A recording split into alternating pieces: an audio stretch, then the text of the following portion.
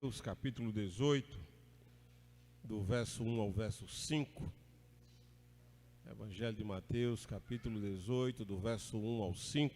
Que Deus fale de uma maneira poderosa ao seu coração, que Deus o encha de alegria pela verdade do Evangelho, que possamos ler esse texto com fé, crendo e nos apropriando dessas verdades de um Deus que é vivo, que está presente aqui, que é a razão pela qual nós respiramos e desfrutamos de vida nesse exato momento, para que ao receber essa palavra com fé, sejamos transformados, visitados pela poderosa mão do nosso Deus, para que possamos viver de conformidade com o ensino do nosso Senhor.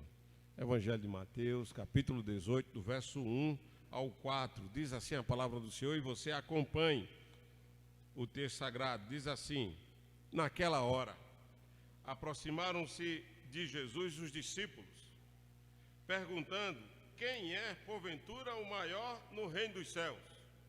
E Jesus, chamando uma criança, colocou-a no meio deles e disse: em verdade vos digo, que se não vos converterdes e não vos tornardes como uma criança, de modo algum entrareis no reino dos céus. Portanto, aquele que se humilhar como esta criança, esse é o maior no reino dos céus. E quem receber uma criança tal como esta, em meu nome, a mim me recebe. Que o Senhor abençoe esse texto agora lido e aplique aos nossos corações pela instrumentalidade do seu Espírito, em nome de Jesus. Vamos falar com Deus mais uma vez. Pedir ao presbítero José Humberto que nos conduza nessa oração. Oremos a Deus.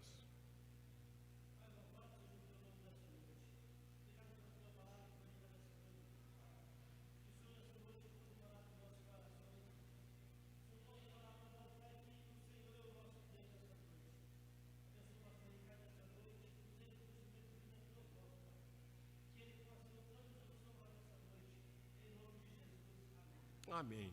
Queridos, eu quero começar essa breve reflexão introdutória do quarto discurso de Jesus no Evangelho de Mateus. Nós já estamos nos encaminhando para os 5 discursos de Jesus. Já falamos, os irmãos já sabem disso. São 5 discursos que Jesus está a ensinar no Evangelho de Mateus. E o capítulo 18 é o seu, portanto, o quarto discurso ou ensino ou sermão de Jesus acerca das verdades do reino dos céus. Mas para que a gente possa compreender tudo que vai ser desdobrado e ensinado e ministrado ao coração dos discípulos, aqui no capítulo 18, eu acredito que se faz necessário recordarmos de uma maneira bem breve, bem objetiva, alguns dos ensinamentos de Jesus anteriores nos seus 3 últimos ensinos. O que Jesus está a ensinar em todo o Evangelho de Mateus, já foi dito, eu me torno redundante nessa premissa, é que Jesus está ensinando sobre o que é ser cidadão do reino. E para isso, a gente percebe isso no primeiro discurso de Jesus, no Sermão da Montanha, do capítulo 5 até o capítulo 7, e para ensinar o que é ser cidadão do reino, Jesus conclui o seu ensino fazendo justamente a distinção entre o cidadão do mundo e o cidadão do reino dos céus.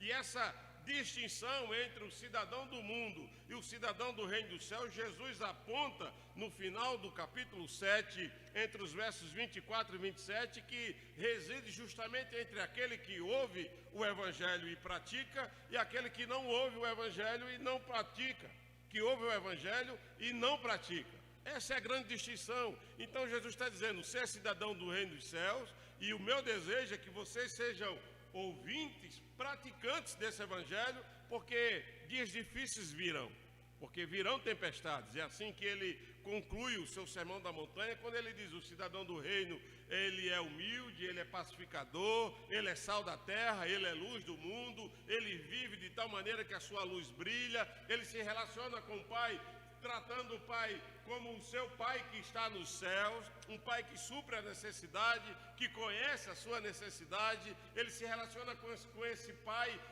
na perspectiva de que Deus tem que estar em primeiro lugar, ser a primazia da sua vida, porque é Deus que acrescenta todas as coisas que Ele necessita. E aí ele termina: se vocês me ouvem, então pratique o que eu estou lhe falando, porque dias difíceis virão.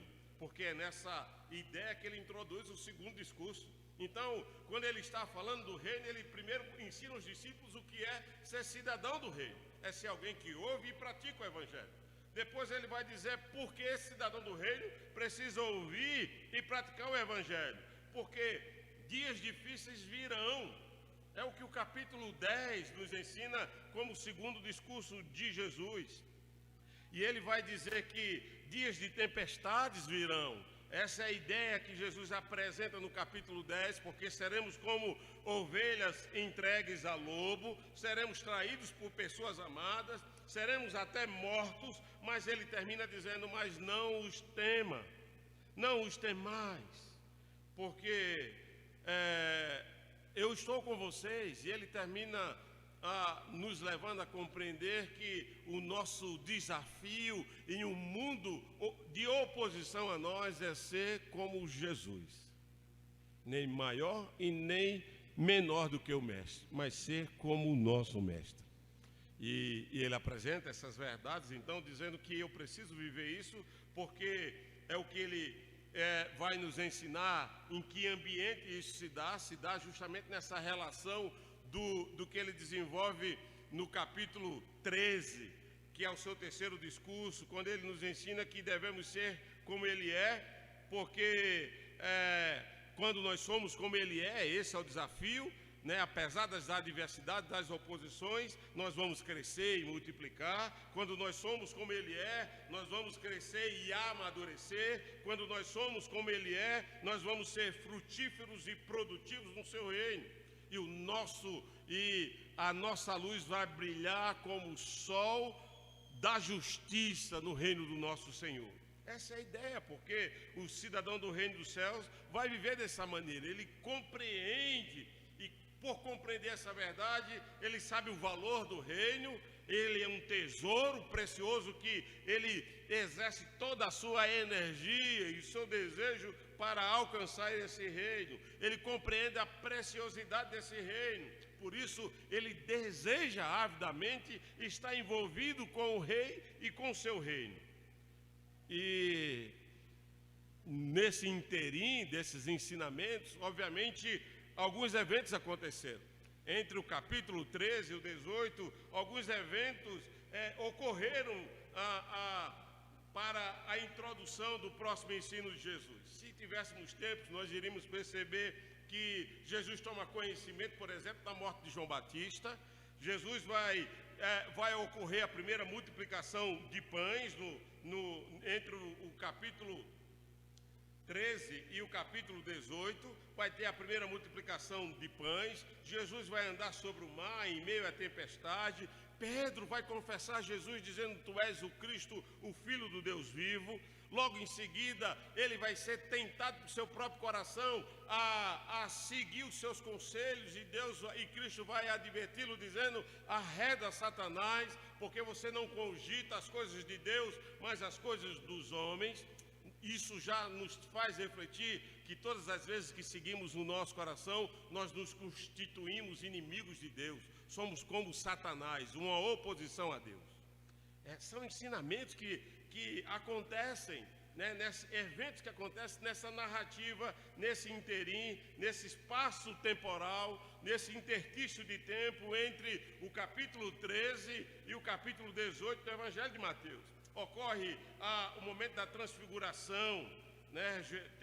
Jesus se separa dos seus discípulos, toma apenas alguns discípulos e tem aquele advento da transfiguração. Tem o final aqui quando o capítulo 17 fala que Jesus manda que Pedro pague os impostos. Ele prediz a sua morte, mas apesar de tudo isso e certamente de tantas outras coisas que possivelmente ocorreram nesse interstício temporal, parece-me que os discípulos não compreenderam o que Jesus estava ensinando.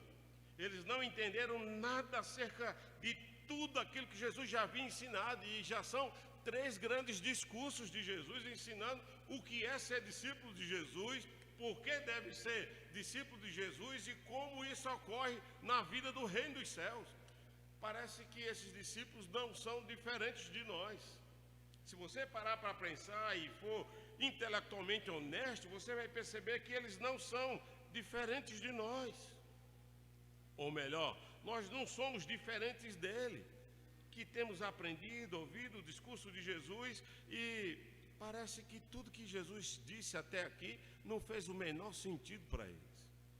Essa é a razão que vai levar o Senhor dos homens, o Salvador dos pecadores, a trazer mais esse ensinamento no capítulo 18. Ele vai ensinar essas coisas justamente por causa desse não entendimento, dessa falta de compreensão do que ele já havia ensinado. E quando nós olhamos para a narrativa do texto, e a gente percebe que eles não haviam ensinado, porque nos textos paralelos, por exemplo, quando você lê lá em Marcos, no capítulo 9, nós não vamos ler, você lê depois, no Marcos capítulo 9, Lucas capítulo 9, em Marcos nos versos 33 a 37, em Lucas no capítulo 9, do verso 46 a 48, que são textos paralelos a esse momento, você vai perceber que os discípulos estavam ainda pensando em um reino terreno. Jesus falando do reino dos céus, que havia chegado já há algum tempo, desde do início do Evangelho de Mateus, do Sermão da Montanha, eventos aconteceram, Jesus fala dos perigos e dos desafios do que é ser um cidadão do reino, que haveria luta, perseguição, morte, mas não era para temermos aqueles que podem nos tirar a vida, mas ser como ele é. E ele diz que nós devemos ser como ele é, porque quem é como ele é, mesmo dentro do reino dos céus, ele produz, ele cresce, ele amadurece, ele deseja o reino, ele valoriza o reino, ele está envolvido com o rei e com a causa desse reino. Jesus está a ensinar todas essas coisas, mas os discípulos estão pensando no reino terreno. A mentalidade dos discípulos é que o reino seria aqui e agora. Eles estavam querendo resolver o problema deles. E quando a gente ler o texto de Marcos e de Lucas, nós conseguimos perceber essa perspectiva dos discípulos. A sua preocupação era: quem será de nós? Quem de nós será o maior? Quem será? Essa é a ideia da expressão naquela hora. Por isso que o verso 1 do capítulo 18 diz: naquela hora, naquele momento em que os discípulos estavam elucubrando mentalmente, pensando quem vai ser o primeiro no reino dos céus, quem vai ser o ministro do rei, o primeiro ministro do rei, quem vai representá-lo. Eles estavam preocupados com essas questões terrenas, eles estavam envolvidos por essa motivação, por essas motivações do coração, sendo assaltados por essa cobiça, sendo assaltados por essas ambições. Quem vai ser afinal de contas, quem será, portanto, o maior no reino dos céus? Quem? Me responda. E eles estavam discutindo isso. Tanto Marcos quanto Lucas apontam para isso. Por isso que no capítulo 1, no verso 1 do capítulo 18, Jesus diz, o evangelista Mateus diz que naquela hora aproximaram-se de Jesus os discípulos perguntando, porque essa era a indagação que já vinha acontecendo no coração deles. Eles estavam a perguntar um ao outro. Jesus já havia dito que haveria de morrer, ele se entristece, mas parece-me que essa tristeza passa rapidamente e eles voltam a se preocupar com quem vai ser o maior no reino dos céus. Então esse é o tema inicial do capítulo 18. Quem é o maior no reino dos céus? E na verdade aqueles discípulos estavam sendo seduzidos, sendo assaltados pela sua cegueira do coração, pela ambição, pelo egoísmo da sua alma, pela insensibilidade e a dureza dos seus corações. Eles estavam sendo assaltados ao ponto de não compreender a mensagem do Evangelho, o verdadeiro sentido do reino, os verdadeiros valores do reino. Bem verdade que todos nós, quando pensamos em grandeza, em ser quem é o maior ou quem é o merecedor de ser exaltado, nós associamos essa ideia de grandeza a grandes feitos. É bem verdade que quando a gente pensa, essa é a grande indagação dos discípulos sobre quem são os grandes, a gente pensa em pessoas que fazem grandes feitos. Nós pensamos em pessoas que fazem grandes coisas. ou aqueles que exercitam um grande poder, estão em proeminência no meio de uma liderança de um determinado povo. São pessoas que são atribuídas de prestígios, de grandes reconhecimentos pela grande maioria. Nessa perspectiva humana, é assim que nós olhamos. Quando a gente pensa em definir o que é ser grande, nós associamos o conceito dessa perspectiva do mundo, do terreno, daquilo que é aqui e agora. Só que esses atributos de grandeza, ora mencionado, que acabamos de mencionar, eles não fazem parte, não são atributos que fazem parte daqueles que pertencem ao reino dos céus. A bem da verdade, esses atributos de grandeza que acabamos de mencionar fazem parte de um pequeno grupo, de poucos, que pertencem a esse pequeno grupo de pessoas. Já os atributos do reino dos céus é diferente, né? O mesmo conceito de grandeza na perspectiva do reino nada tem a ver com o conceito de grandeza na perspectiva do mundo ou dos homens.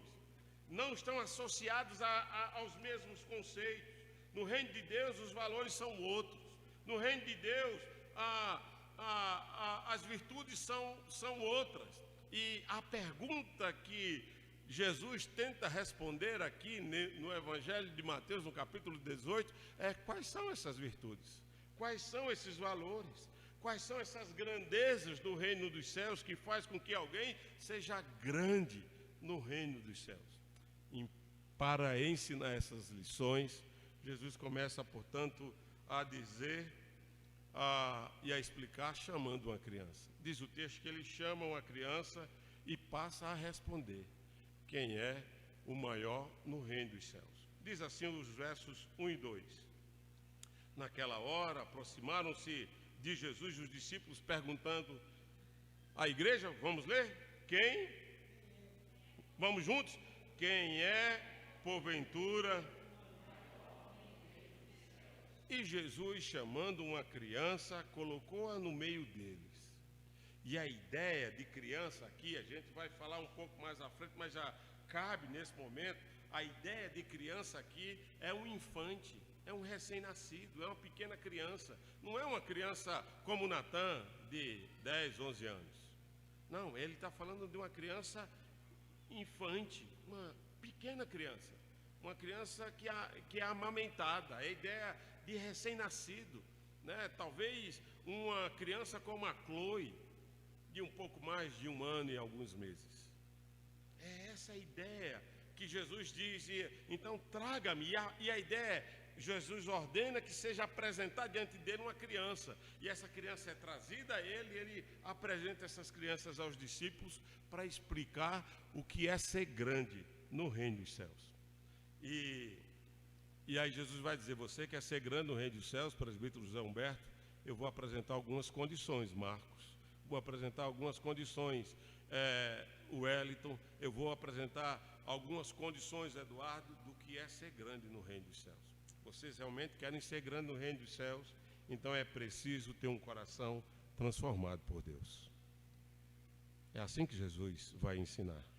Você quer ser grande no reino dos céus? Ele traz a criança, coloca no meio deles e diz: vocês querem ser grandes no reino dos céus? E aí diz o verso 3: em verdade vos digo que se vocês não se converterem, vocês não podem ser grandes no reino dos céus. Vocês querem ser grandes no reino dos céus? Então vocês precisam ter um coração transformado por Deus. Amém, querido? E como é que isso se desenvolve? Em outras palavras, eu preciso de Deus. Essa é a ideia. Você quer ser grande no reino dos céus? Então aproxime-se dele, ande com ele, cole em Deus, viva para Deus, se dedique a Deus, se consagre a Deus. Sem ele você não pode fazer nada. Nada nós podemos fazer, pois somos como... E a ideia de se converter, essa é uma palavra fantástica de trazer à nossa memória. Não é a ideia de metanoia para arrependimento, que geralmente nós aplicamos dizendo que é mudança de direção. A palavra converter-se a Deus aqui é a ideia de alguém que está em órbita, é o giro dos planetas. É essa a ideia, esse giro do planeta de rotação e translação, esse planeta que está girando. Ele diz: você quer ser grande no reino dos céus, então você precisa que Deus mude a sua rotação, mude o seu sentido de rotação e translação no universo, porque o planeta nenhum pode mudar, mas Deus pode transformar o meu e o seu coração.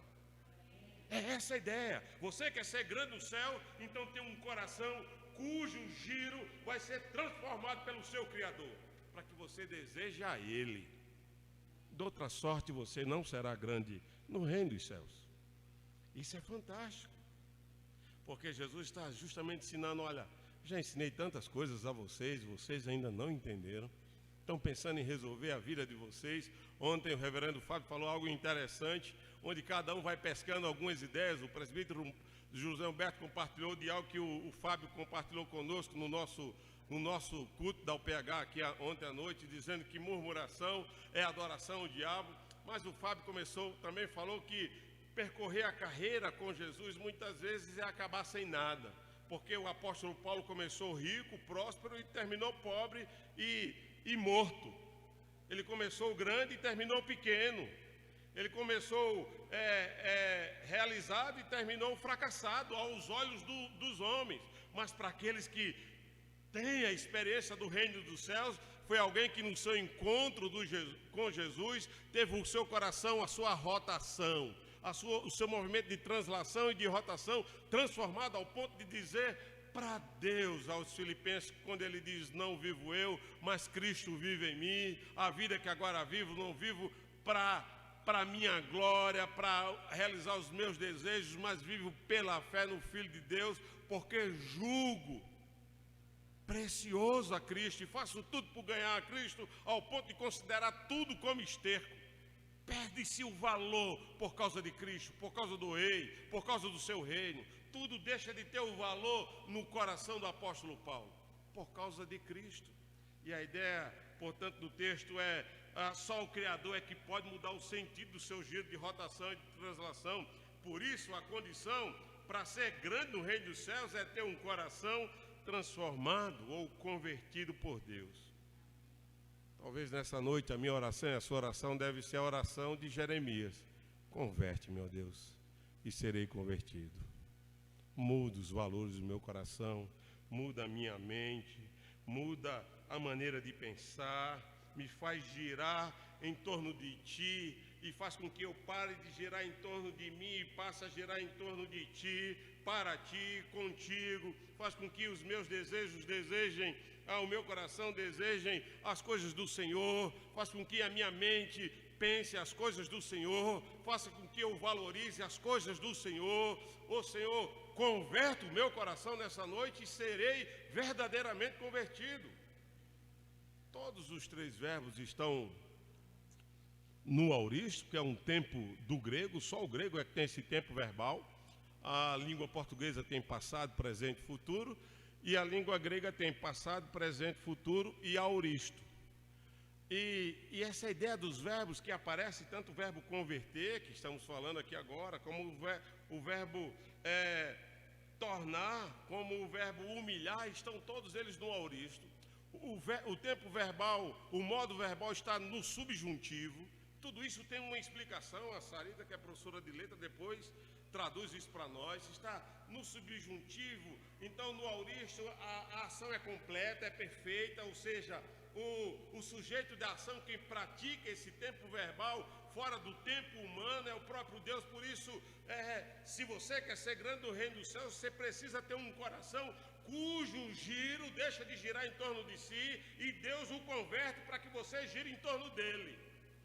Você passa a girar em torno de Deus, para Deus e com Deus. Amém, querido? E por isso a gente ora: Senhor, faz isso, faz esse milagre na minha vida nessa noite. E esse verbo no modo subjuntivo, a voz é média, né? A voz do verbo que aparece aqui é média, né? E está no passivo, é média e passivo, dando a ideia de que o sujeito sofre a ação do autor da ação. Então a ideia é: Deus, converte o meu coração e torna esse meu coração igual ao teu, como diz a canção. Faz com que o meu coração deseje o que o Senhor deseja. Mais uma outra lição que Jesus vai ensinar aos discípulos do que é ser grande no reino dos céus. Não é ter uma vida bem sucedida, não é realizar os nossos sonhos, mas é ter um coração transformado, como diz o próprio texto, convertido na direção dele, mas também é ter um coração, diz ainda o verso 3, um coração que se torna como a criança. E a ideia do que é ser grande no reino dos céus, à luz do ensino de Jesus, é que se nós queremos ser grande no reino dos céus, nós precisamos passar a existir como uma criança. Esse passar a existir, esse tornar-se como criança, a bem da verdade, na estrutura gramatical do texto, no seu original, é algo que Deus tem que fazer em nós. É a ideia de um grande milagre. Se tem um milagre que eu e você precisamos pedir a Deus nessa noite: Senhor, me torna um filho teu, um filho com recém-nascido. É a ideia do que Deus fala para Nicodemos lá em João no capítulo 3. Os irmãos lembram desse episódio? Nicodemos chega para Jesus, Senhor, e diz: Senhor, como é que pode alguém? Jesus chega para Nicodemos e diz: importa vos nascer de novo. É essa a ideia aqui do texto, de se tornar uma criança. E aí Nicodemos pergunta: e pode alguém já velho voltar para o ventre da sua mãe? Isso é possível? É possível nascer de novo? Como é que isso é passível de que isso aconteça? João 3, do verso 6 ao 8. E aí Jesus vai explicar na indagação de Nicodemos como é que pode uma criança nascer de novo. Ele diz: aquele que não é nascido da água, que é nascido da carne, nascido da água, e não é nascido do Espírito, não pode nascer de novo. E aí ele vai explicar quem são os nascidos de novo. Aí ele vai dizer: os nascidos de novo não são aqueles que é por vontade humana, não é por vontade da carne, mas são nascidos pelo Espírito de Deus. Me tornar uma criança pelo Espírito de Deus. Dizer: Senhor, converte o meu coração, muda a minha maneira, meus movimentos de rotação e translação, intervém na minha história. O Deus que intervém, de Francis Schaeffer, visita a minha história, se revela ao meu coração, de tal sorte, Senhor, que a minha rotação mude, a minha translação mude, de tal sorte que eu experimente desse milagre, de tal sorte que eu me torne essa criança, de tal sorte que eu seja nascido de Deus. E o texto vai dizer: se eu for nascido de Deus, o tornar uma criança, eu vou depender de Ti, eu vou confiar em Ti. É o que o verso 4 nos ensina. Então, a minha oração nessa noite, a sua oração deve ser: Senhor, faz de mim uma criança nos Teus braços, como diz o salmista. Faz aquietar a minha alma e sossegar a minha alma como uma criança desmamada nos braços do Pai. Alguém que não precisa mais de alimento porque está saciado e satisfeito nos braços do Pai. Já está suprido, já está pleno, abastecido nos braços do Pai. Me faz depender de Ti, Senhor, nessa noite. E Jesus vai ensinar: você quer ser grande no reino dos céus, tenha seu coração transformado, experimente o milagre de ser nascido de Deus. E aí ele diz: você quer ser grande no reino dos céus, verso 4, então você precisa ser destituído de si mesmo. É a ideia de humilhar-se, de se humilhar. Por isso que o texto vai dizer: se você não se humilhar, diz o verso 4, portanto, aquele que se humilhar como esta criança, este é o maior no reino dos céus. E a ideia que Jesus está dizendo aqui não é essa criança que ele trouxe para o meio dos discípulos. É essa criança que teve a vida, o coração transformado. É essa criança que teve, é esse cristão que teve o coração convertido e tornado como uma criança. Se você se tornar esse tipo de criança, se humilhar como essa criança, então, diz o texto, você será o maior no reino dos céus. E qual é a ideia do texto? É ser como criança, ou seja, essa criança infante, esse pequenino, esse recém-nascido. Jesus traz essa ideia, ele havia ordenado, já falamos isso, para que trouxesse uma criança diante dele. O verso 2 fala isso, E a ideia de se tornar como uma criança e receber ou ser como esta criança que ele está descrevendo agora é a ideia de dependência. Se você, Gabriel, se tornar dependente de Deus, você será grande no reino dos céus. Se você, Gabriel, como uma criança, se sujeitar a sua vontade, à vontade do Pai, você será grande no reino dos céus. Adriana, se você aprender como uma criança, como a Chloe, que quer ir para um lugar e os pais não deixam e não vai, porque não tem vontade. A vontade dela se submete à vontade dos seus pais. Assim deveríamos ser nós diante de Deus.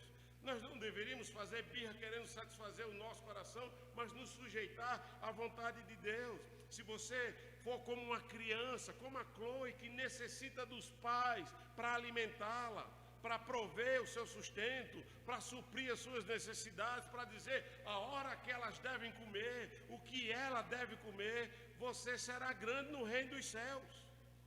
Essa é a ideia.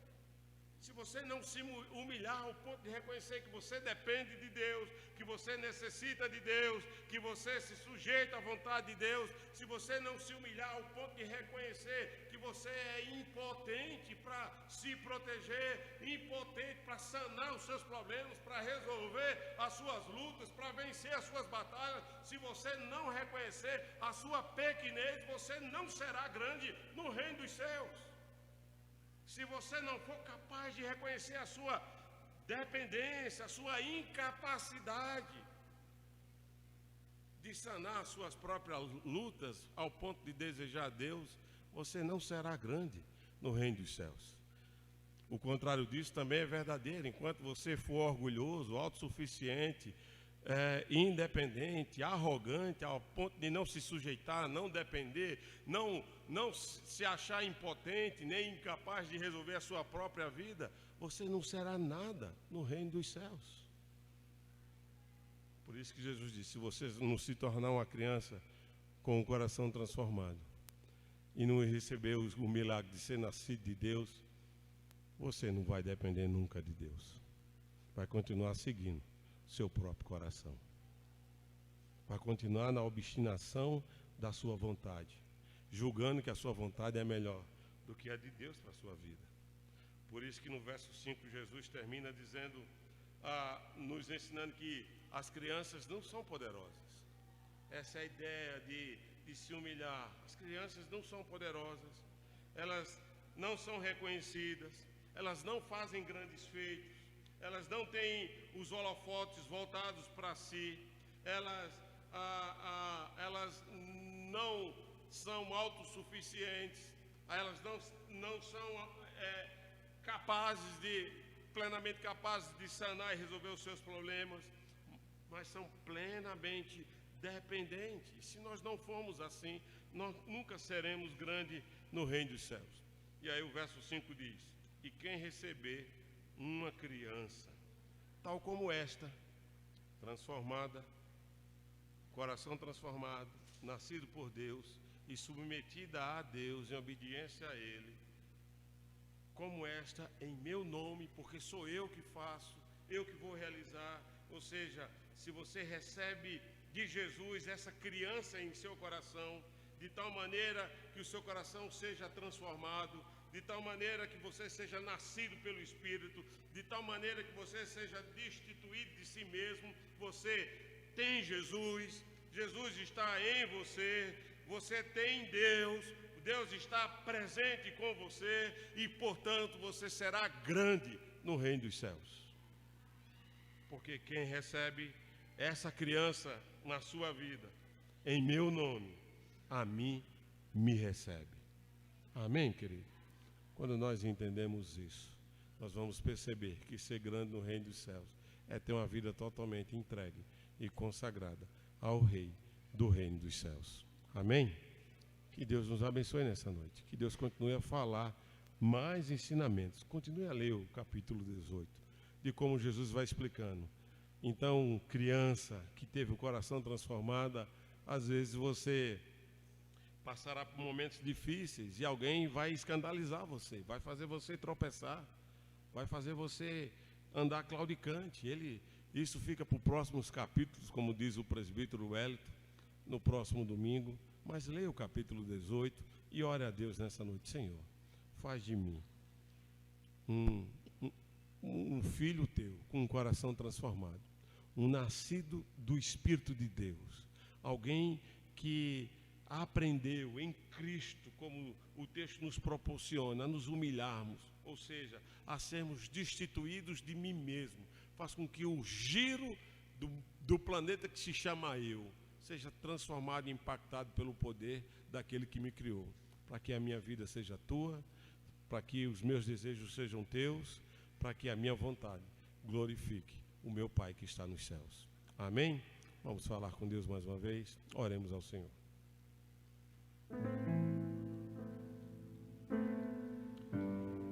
Pai amado, Deus santo, Deus bendito, aqui está a tua palavra, aqui está o teu povo. Ó Deus, rogamos que o Senhor complete a obra que o Senhor começou um dia no nosso coração. Ó Deus, às vezes nós nos perdemos, assim como os discípulos, e queremos, ó Deus, resolver os nossos problemas aqui na terra, quando o nosso real problema é com o Rei que está nos céus.